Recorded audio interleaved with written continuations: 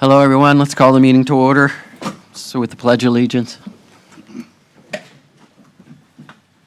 Pledge allegiance to the flag of the United States of America and to the republic for which it stands, one nation, under God, indivisible, with liberty and justice for all.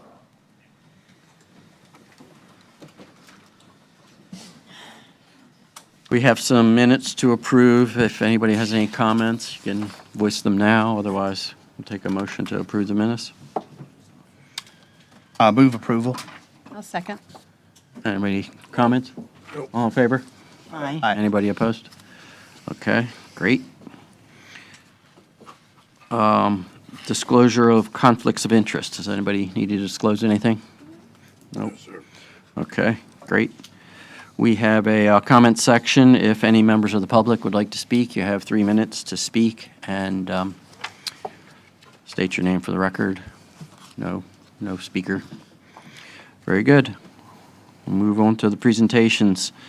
CRA Fiscal Year 2025 Second Quarter Report. Mr. Chair, can I just make an announcement? Yes, ma'am. I would just like to announce something that's really a wonderful thing, and that is Sadia has been selected as the Historic Preservationist of the Year in 2025. Congratulations. Yay.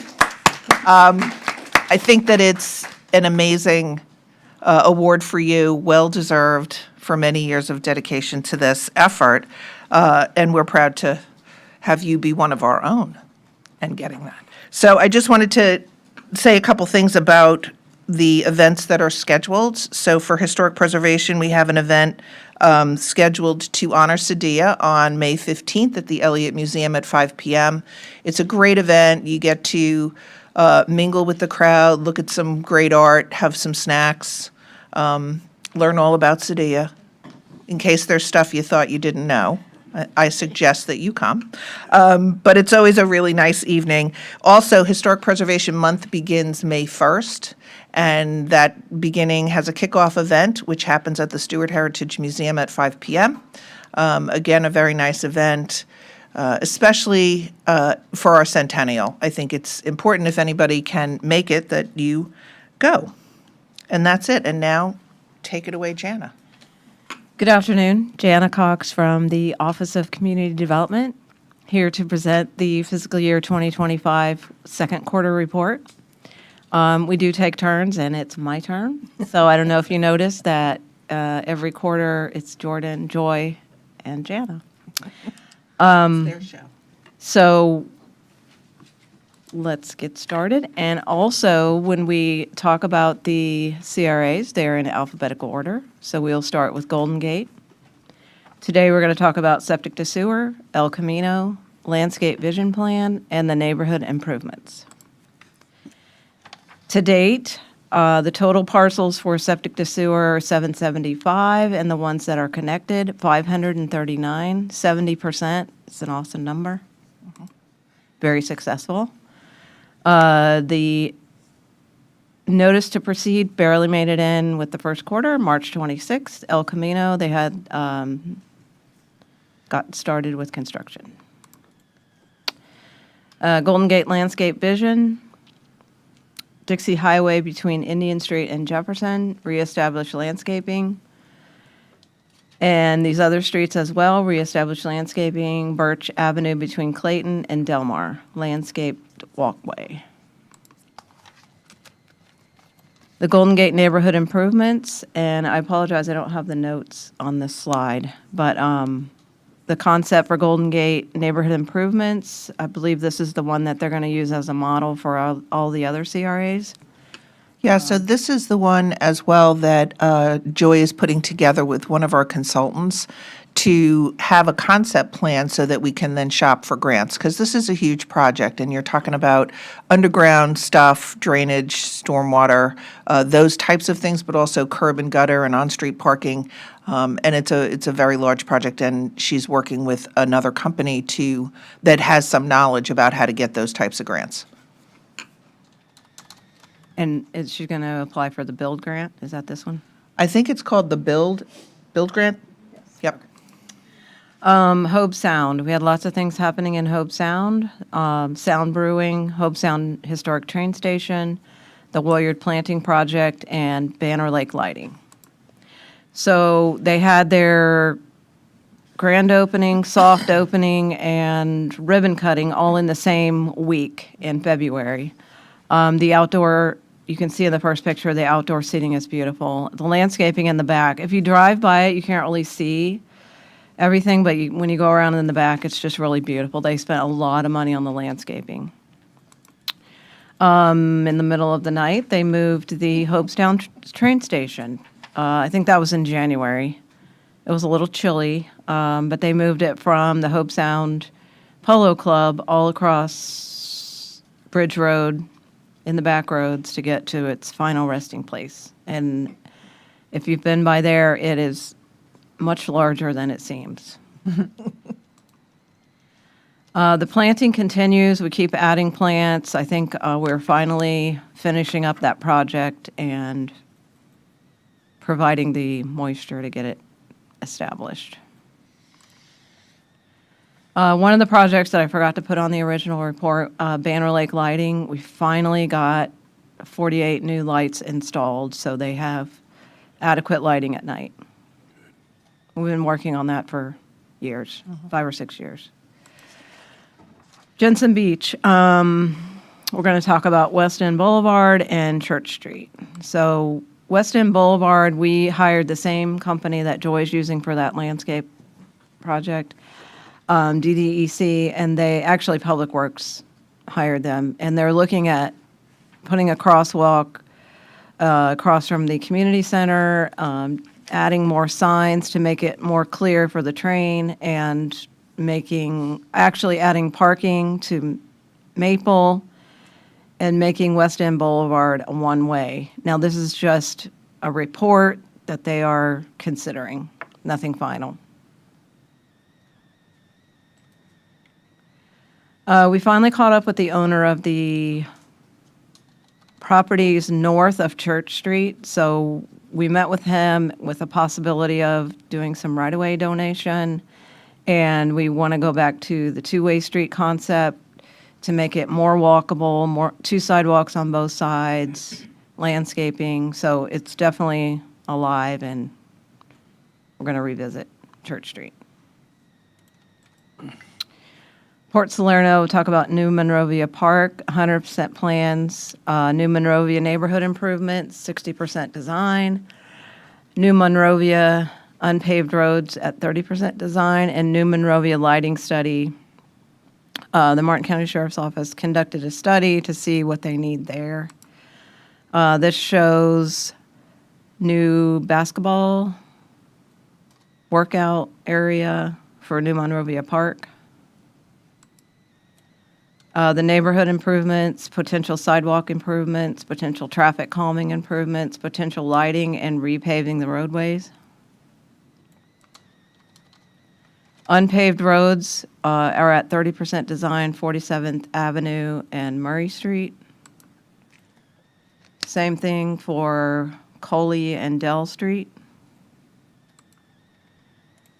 And the lighting study was completed in March of '25. And we happen to do the same thing in Banner Lake, so they come out at night and see what you need to improve the lighting. And Martin County Traffic Division to replace LED lights around the STA. Old Palm City, we'll talk about the RFP for the Palm City property and the Cornell Ave streetscape. This shows the property. I know we had one bid come in and it was not Responsive. deemed unresponsive, so it went back out to RFP. And I think we hired an engineer, CapTech, to do a concept for Cornell Ave streetscape. And next is Rio. We'll talk about Dixie Highway streetscape, the infill sewer, benches and bike racks, and the town center civic club properties. So the Complete Streets is a transportation policy and design approach that requires streets to be planned, designed, operated, and maintained to enable safe, convenient, and comfortable travel and access for users of all ages and abilities regardless of their mode of transportation. So that's the plan for Dixie Highway in Rio.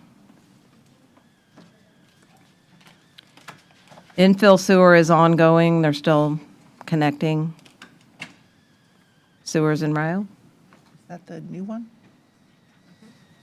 Oh, just connections, okay. Benches and bike racks, 4 more locations have been determined for benches and bike racks in Rio. That's their thing. They look really nice. And Town Center Civic Club properties, the blue outline are the properties that we have acquired, right, Jordan? And we have a concept plan to redo the Civic Center. And CRA-wide, we have 8 items here that happened with the CRA, Office of Community Development, CRA-wide. Miles Grant Community, there was a CRA overview presentation. The fiscal year 24 annual report was completed. We got BOCC approval for the architectural design standards. Yay. The State of County Address, staff attended that program, event. We had a staff retreat at the library where we did lots of program planning. We had 2 sessions of Martin Cares completed. We got approval from the BOCC to hire CMAR for the Hope Sound project. And alternative compliance was recommended to the BOCC in the last quarter. On to the numbers. We always compare the second quarter of 24 with the second quarter of 25. So you'll notice that it's pretty much the same, 8.7% in 24. That's the percentage of our permits compared to the total countywide. I did change the colors to make them more readable, legible. If you'll notice, Port Salerno in the second quarter of 25, they had 89 permits. And the uptick was from the tornado/hurricane rebuilds. They had a lot of roofs and fences and things like that, doors put on. And that's reflected in the valuation. It's quite a bit higher than last year. On the commercial permits, the green color that says 151 is Rio, and River Club had a redo of all their roofs and doors, I believe, windows, and so you have to get a separate permit for each one of those items. That's why it's quite a bit higher than last year. Same with the money, and then I feel like there was a really big home built in Rio as well. It's like $750,000, which adds to the valuation. No, that was commercial, sorry. Something else happened commercial. Do you know what it was? Sorry, I didn't bring my notes. I don't. And if you have any questions, I'm happy to answer. Thanks. Jamie? Hi. I don't see on Port Salerno, for the unpaved portion, I don't see 43rd and Fields. Did I skip a slide? No, that was the neighborhood improvement slide. I don't know why it was called unpaved roadways. There's where the traffic calming for 2 intersections. That's okay. So it's just in the wrong spot. Okay. And then on the lighting, I know we're probably going to get more details, but I believe that was outside of New Monrovia as well? Or was it just within New Monrovia? Joy, do you have a, Pretty sure it was within New Monroe. Just the New Monrovia area? Okay. Okay, thank you. Anyone else? I have a question. Yes, sir. That RFP in Palm City, what's the status of that? One bid came in, it wasn't, so we had one response, and the bidder was deemed unresponsive because they did not include information required in the bid package. then it went back out. So it was put back out, yes. And we had a pre-bid meeting. Not sure if anybody even came to that meeting to ask questions. Do you know? One person came to ask questions? Yeah. So it's out on the street again. Was it the same person that put in the first time around? Cone. What's the deadline of this proposal? Do you know the date that it comes back? Okay, that's not big. I did know, and now I don't. You don't have any dates in your head that you need to keep up? Yes, I do. Not that one. No, you've got too many, is what I'm saying. Yeah, right. All right. That's good. If it comes to me, I'll yell it out. Thank you. May 7th. Ooh, very good. We're May close. 7th. So the new bids, whatever comes in, will be opened May 7th. Any other comments? I have a speaker request form from Gary Erler. Is that on this item?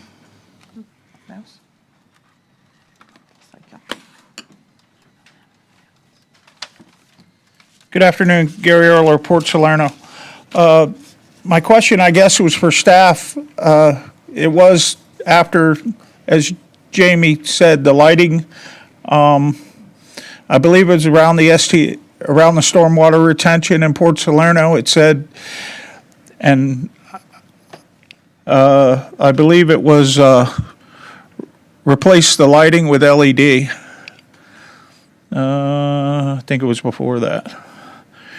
I'm looking, I'm following.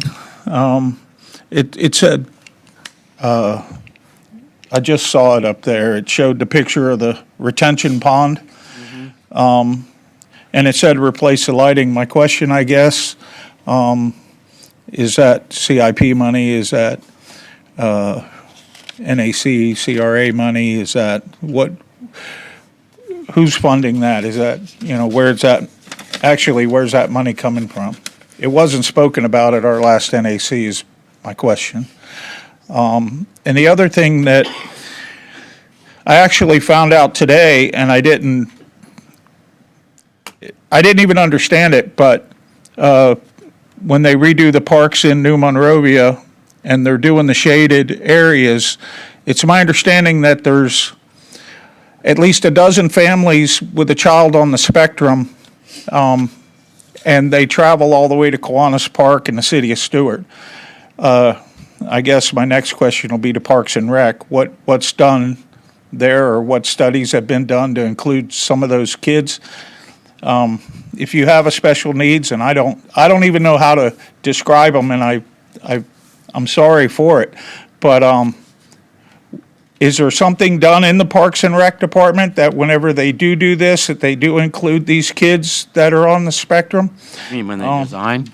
Yes, sir, because they're redesigning the park, they're putting a shaded structure over. I didn't know if they're redoing any of the playground stuff. I've also heard it could be so much as, the swings the swings come down over them, but they have a lot of interactive stuff at Kiwanis Park. So my next trip in the ice cream truck, I'm going to figure out what they have. But thank you for your time. So Joy is going to give a presentation on that park in our next segment, but if you may want to, Answer about the lighting? yes, please. Yeah, the lighting at the last NAC, I actually provided an update on 2 different lighting projects. One was around the Bone, what do you call that? The Bone? The STA. STA. That was a project that traffic replaced all of the lights with LED, so I was just providing an update. At the same time, I came back with the sheriff's report that they did an update of the New Monrovia lighting, and then I was going to reach out to Florida Power and Light and try to get the lights replaced and start that process. Thank you. Great. Any other comments or questions on the quarterly report? All right, well, let's move on then. Thank you, Jana. Capital Projects Review, April 28th, 2025. Susan Corres, Office of Community Development. As always, I will pick out a few to update you. Did we have a motion to receive the quarterly report? No. Do we need that? Yeah? Oh, okay. Anybody want to make a motion to receive the quarterly report? I'll make that motion. I'll second. Any comments? All in favor? Aye. Anybody opposed? Motion carries. Thank you. Thanks, Frank. So if anyone has any questions on any of the ones I don't mention, feel free to ask. So we'll start out with El Camino. Mobilization has begun. You see the big sign. It's wonderful. That project is on its way, so that's very exciting. The Landscape Vision Pilot Project had a kickoff meeting, so we did hire a consultant, and Joy has spoke about this project. We had a little presentation we did for you guys a couple of meetings ago. And they're moving forward with some conceptual design so that we'll have something to bring out to the community to see what they think and what their input might be. So that'll be exciting. Next, we have Old Palm City, Cornell Avenue improvements. CapTech Engineering is working on that. Jordan recently presented some of the possibilities to the NAC.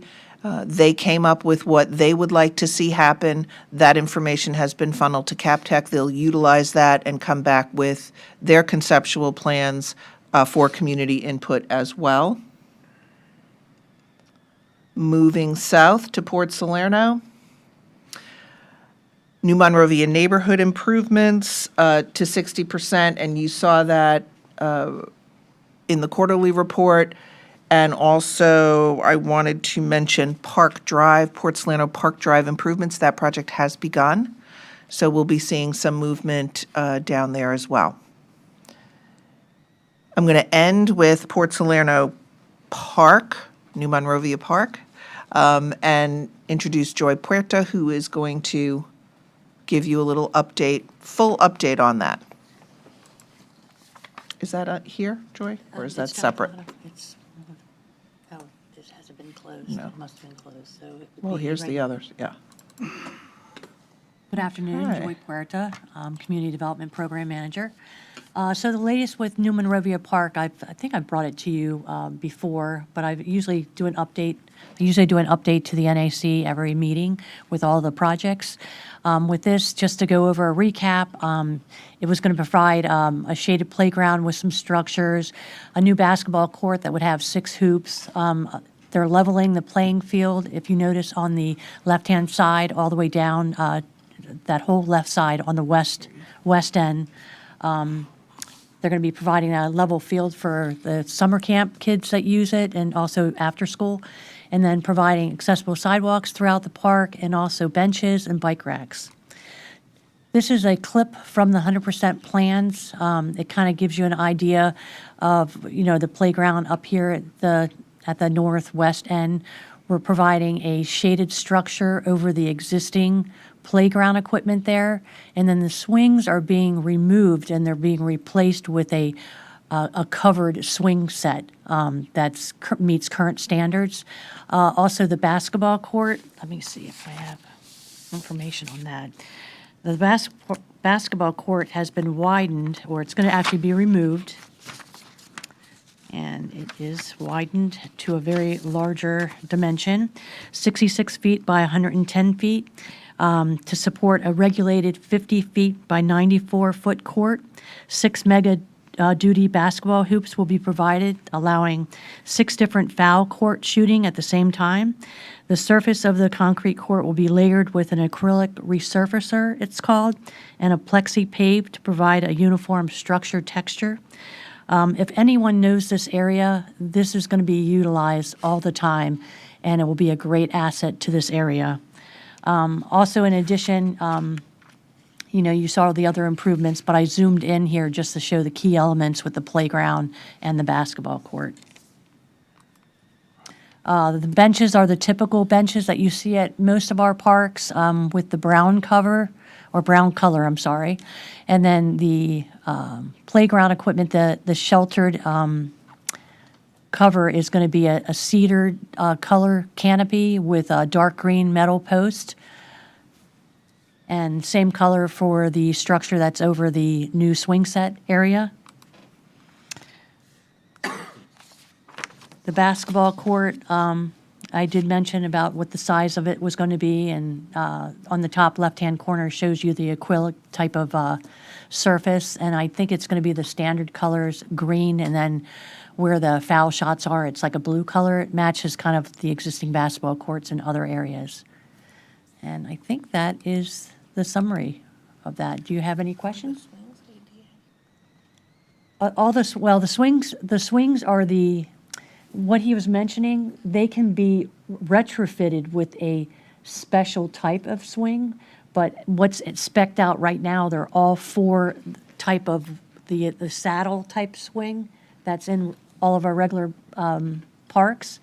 If that's something I'm going to be meeting with the Parks Department to go over the. Don't forget, we have that other section of swings For the toddlers. for the toddlers, and then there was that ability to put one of those swings that are for Isn't there those an who are ADA disabled. swing there? There was. Yeah. Okay. And then They're there's the. replacing that. Yeah. There was one.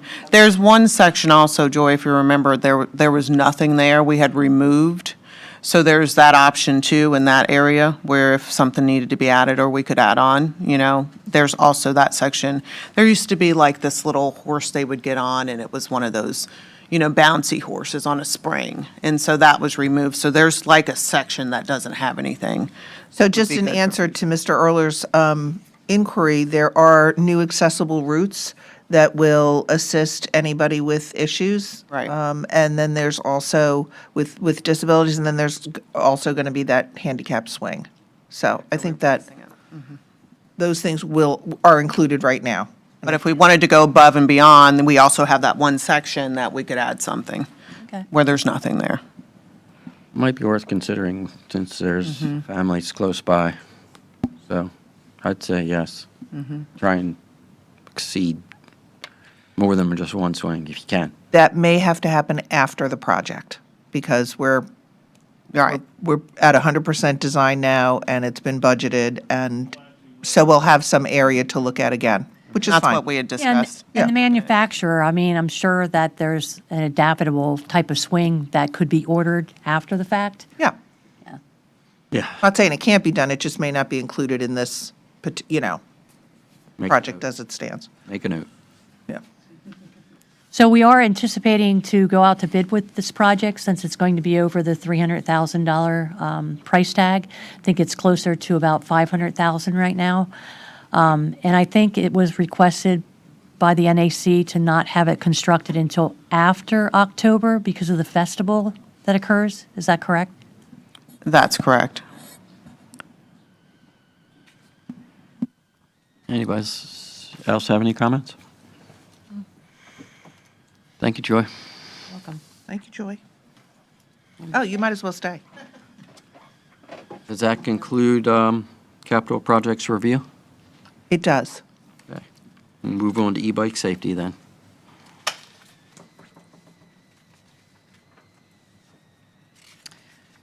E-bike safety. I'll tell you, there's been a lot of discussions about e-bikes, especially at the NAC. They requested a presentation, so I'll be bringing this same presentation to them in June. I thought it would be beneficial to bring some information here to you. It's very popular. As you can tell, there's e-bikes all over the place, so I kind of actually learned a lot myself during this research. What you need to know, e-bikes, they're bicycles equipped with an electric battery assist. They provide a boost either through a handlebar throttle or by pedaling. They are especially helpful for riders who want or need a less physical demanding experience when they're out there.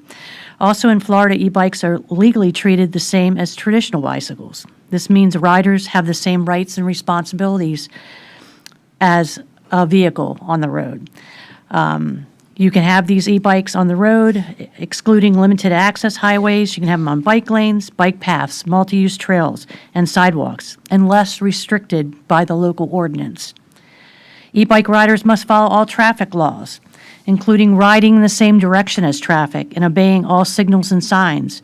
Between sunset and sunrise, all e-bikes must have a white front light visible from 500 feet and a red rear reflector and lamp visible from 600 feet. This is also the same for a bicycle, in case you didn't know that. So the e-bikes follow the same rules and regulations as bicycles. When riding on the road and traveling slower than the posted speed limit, riders are required to use the bike lane, if available, or ride as close as safely possible to the right-hand curb. This also still allows them to ride on the sidewalk unless it's prohibited by an ordinance. Florida law also requires all e-bike riders under the age of 16 to wear a helmet. However, it's strongly encouraged that all riders wear a helmet for safety, regardless of their age. The classification of e-bikes. There's 3 different classifications, 1, 2, and 3. These e-bikes, the Class 1, these e-bikes have a motor that assists only when a rider is pedaling. The motor stops providing assistance once the bike reaches 20 miles per hour. Class 2, these e-bikes offer both the pedal assist and a throttle powered assistance. Like the Class 1, the motor vehicle providing assistance at 20 miles per hour, it will stop at that rate. Class 3, these e-bikes assist only while the rider is pedaling, but allows for higher speeds, with the motor assistance stopping at 28 miles per hour. Across all 3 classes, e-bikes are limited to a maximum motor output of 750 watts. Additionally, any e-bikes manufactured after 2021 must display a label indicating its wattage and maximum assisted speed. Keep in mind, you have to still follow all the rules and regulations as a bicycle. Key Florida e-bike regulations. Where you can ride, you pretty much can ride, like I had mentioned before, roadways, bike lanes, trails, multi-use paths, and sidewalks unless prohibited by the local ordinance. There is no age limit, but riders under 16 must wear a helmet. While today's presentation has focused primarily on raising awareness about e-bikes, it's important to also share some key reminders to those who already ride, or if you know somebody that's actually riding today. Protect yourself. Always wear a helmet and limit distractions. Follow the rules of the road. Just like any other vehicle, e-bikes need to obey traffic laws. Be predictable. Signal your turns, slow down at corners and intersections, and make your intentions clear to other road users. Be visible, wear bright clothing, and use lights between dusk and dawn. Give pedestrians the right-of-way. Always yield to pedestrians. Ride at a safe speed for the conditions. Slow down if you're sharing a path with others. E-bikes are quick to pick up momentum and can cause serious injuries when at high speeds. Also, stay to the right except when passing. You have to give an audible warning on approach, same thing as if you're on a bicycle. Okay, why isn't it not going to my next slide? Your little arrow has to go that way. There you go. All right. I know we talked about e-bikes, but the main concern out there are what's called e-motos. They're actually motorcycles. They look like dirt bikes. You're seeing them all over the place. I see them every day I drive to work along Dixie Highway. These are not street legal. They're not allowed on the sidewalk. They're not allowed on the road. They're not allowed anywhere. So if you know anybody who's purchasing them, they're illegal. They will get arrested if they find them. And if you try to escape a cop trying to stop you, I think it's a, well, I don't know if it's a felony or a misdemeanor, but you will definitely go to jail. It's a felony? It is a felony, okay. Some motors can reach upwards of 70 miles per hour. Most of these people that are buying these bikes are actually retrofitting them, which is also against the law. So I wanted to tell you about these because that's probably the most concern out there. People are thinking that these are e-bikes, but they're not. They're actually a motorcycle, so. Do you have any questions? Okay, I know this is going to be a dumb one, but if they're illegal, why are they allowed to be sold? If you can't ride them anywhere, what's the point of having Well, you can one? ride them in the dirt. Yeah. You can probably ride them on trails and stuff like that. Private property, maybe. Private property, yeah. Okay. They're considered dirt bikes. But like in cities all over the country, there are dirt bikes that ride around all throughout cities and our towns. So I can suggest, I mean, if you do see them and there's a problem in your neighborhood, just report it. Call the sheriff's department. and see what can be done. So I hope this was beneficial to take back to the people that you know.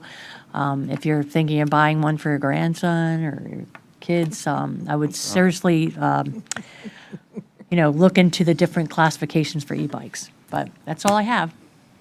Anyone else? Any questions for Joy? Very informative, thank you. Thanks, Joy. Let's move on to old business. Legislative session update. Good news, bad news? Moderate news? Susan Corra's Office of Community Development. As you noticed, there was not an update provided in the packet because it's changing hour by hour, Monday through Friday. So I'm going to give you the latest and greatest, which is from today. We have two bills. One was House Bill 991. That's kind of been bundled with other stuff. So now it's being called CSSB 110, and there's lots of other things included under the umbrella of community and economic development. So there's things like industries and professional activities, rural communities, business enterprises, business regulations, et cetera, et cetera. The bill itself that was 991, it remains, and it's terrible for us. It did get passed by the House, and now it sits around until it gets heard on the floor. Is that correct? Yeah. That's like, So that's what's happening with the House bill. that's in a couple of days? That's already happened. And you said it sits around until it gets, Well, they bring it up as they debate on the House floor. Yeah. And then there's the Senate bill, which is still 1242. And the Senate bill is really much, much better for us, certainly. And I'll just give you the points of what will change if that bill is passed. So they've decided that the board members, CRA board members, must be the commissioners, and they would be allowed to appoint 2 additional community members. However, this is for CRAs that either want to do that or are just setting up to do that. Anybody already in existence, so if our board is already in existence October 1st, 2025, which we are not required to change our structure. So that's excellent for us. The governing body may not amend or modify community redevelopment plans as it deals with increasing boundaries, anything to do with boundaries or extending time, which really wouldn't hurt us either. They cannot install, construct, or reconstruct public areas of major hotels if they have anything to do with convention centers, in support of a convention center. So meeting rooms, banquet rooms, we don't have any big hotels with convention centers that we're working with, so we're good there. We are not to sponsor directly or indirectly festivals, concerts, holiday events, parades, or any such similar event. We don't do a lot of that either because we already were not allowed to do that. So again, we've been following the rules, so it doesn't particularly hurt us there either. And I'm speaking of just Martin County. And the last bullet point is a CRA shall terminate on the time certain. So if you don't remember, in 2019, when they had the last big sort of overhaul of CRA stuff, they said that we are to end in 2039 unless you had a majority of your municipality decide that they wanted to keep you for, further time period. You had some possibility with bonds, you could stay open a little bit longer, et cetera, et cetera. That's now all going to be gone, and it will be just the time certain for completing all redevelopment, meaning whatever's in your charter or in your ordinance for your end period, now is your end period. So forget the 2039 and the 2045 and all that stuff they've been throwing around. It's going to be whatever date your 30 years, 40 years, or 60 years, whatever you have, when that date comes, you are done. For us, or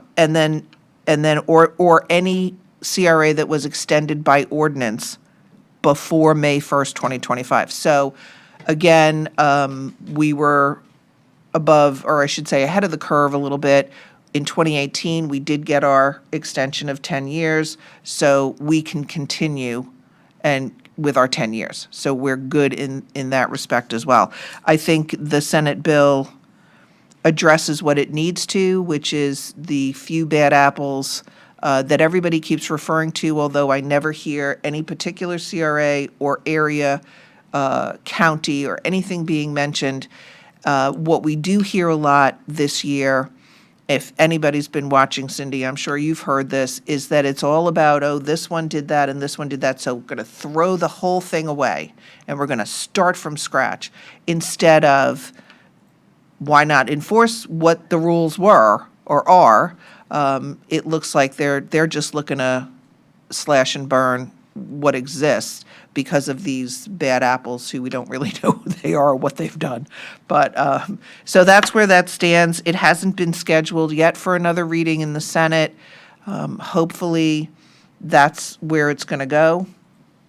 If we're lucky, we can certainly abide by all of this because we already do. So this would not hinder us in terms of completing what we would like to complete in our CRAs. Frank, I don't know if you have anything to add? No, I think you covered it all. Okay. And we're happy to answer any questions. Frank is very knowledgeable. You used to work there, didn't you? Yeah. An insider. So if you have any questions about the process or anything else, he would be the one to address. Jamie? So is there anything we can do?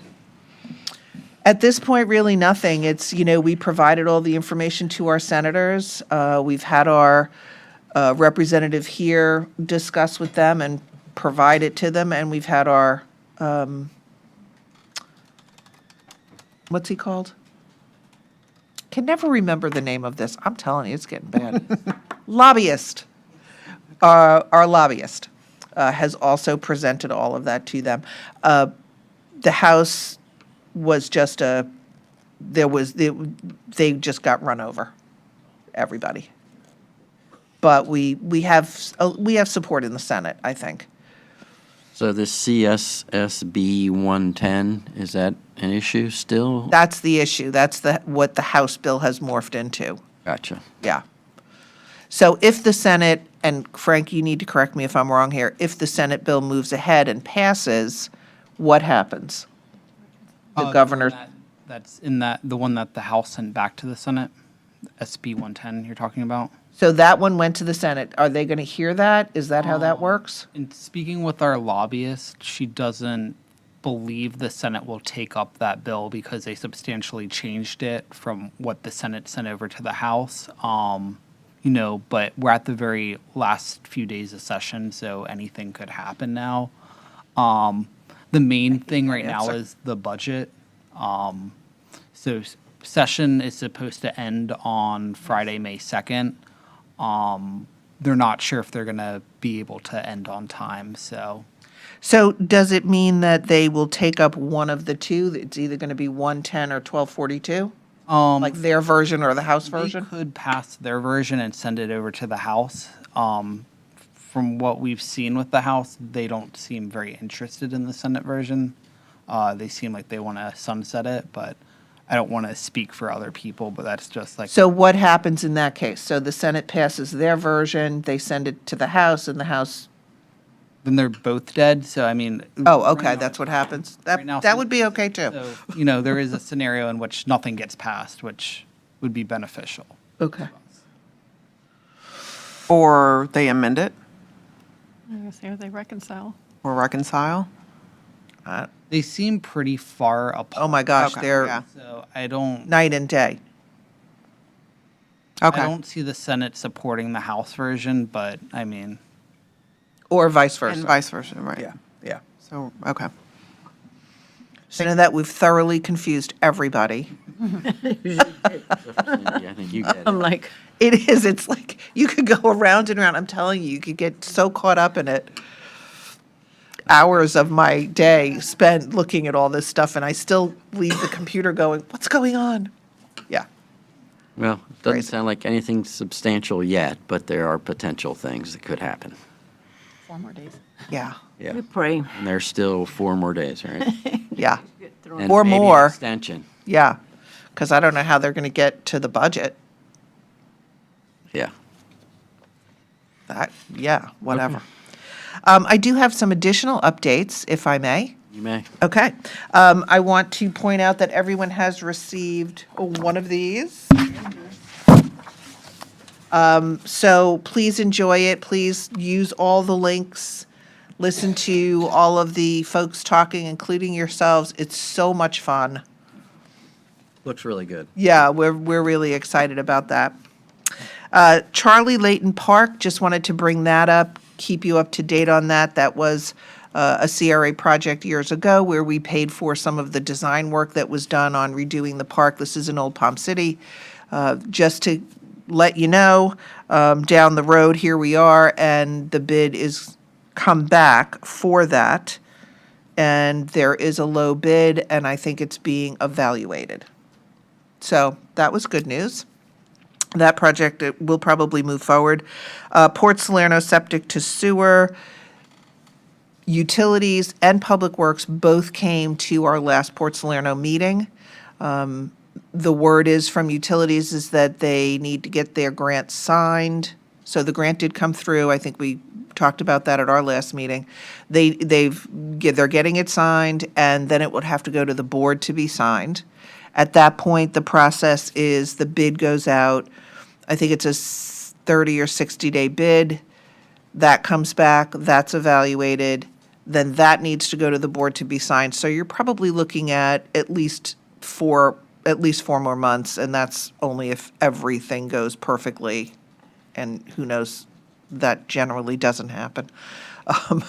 Then from there, once that bid package is all said and done, then the pricing will be tabulated for the community and for everybody involved, and then the meeting will happen at IRSC for the community to come and learn. So that's pretty much our timetable there, so we're looking at 4 to 5 months before that happens. We're happy to have utilities and/or Public Works come to talk to you guys if you're interested, so if you are, let me know. And we'll get that scheduled. The alternative compliance that went to the Board of County Commissioners was denied. Their policy decision was to keep the process the way it is now. So we'll move forward with that. We did do our CIP, our capital improvement program for the board. All of the departments did. It went very well. We got a 5.0. Hopefully that will continue. We shall see. And next month, we all go to the board with our operating budget. So next month is, next month I come to you with the operating budget, and that goes to the board the month after. And I think that's it. Great. Anybody have any questions? I know, I'm always the one with the questions. There's Port always Salerno. one, Jamie. So we received the grant for the sewer. So right now, we're waiting on, And I don't know exactly where the process is, but DEP sends their grant paperwork, okay, and then that has to go to the Board of County Commissioners for signing. That's where we are right now. so we're waiting on that paperwork to be able to be. I'm not sure if they've scheduled the board if they have it and have scheduled the board meeting, or they're still waiting on it. That I don't know. Okay. Well, then I guess we'll talk next month. We'll know. Yeah. Okay. If it was going to be on the next board meeting, I think Leo probably would have let us know. Okay. So we're in touch with them. Okay. So as soon as there's any movement. Okay. Yes, we're very excited. Yeah, yeah, Thank you. sure. We do have some other time for comments, public comments. If anybody has any, this is the time to speak up. I see Mr. Erler has a slip.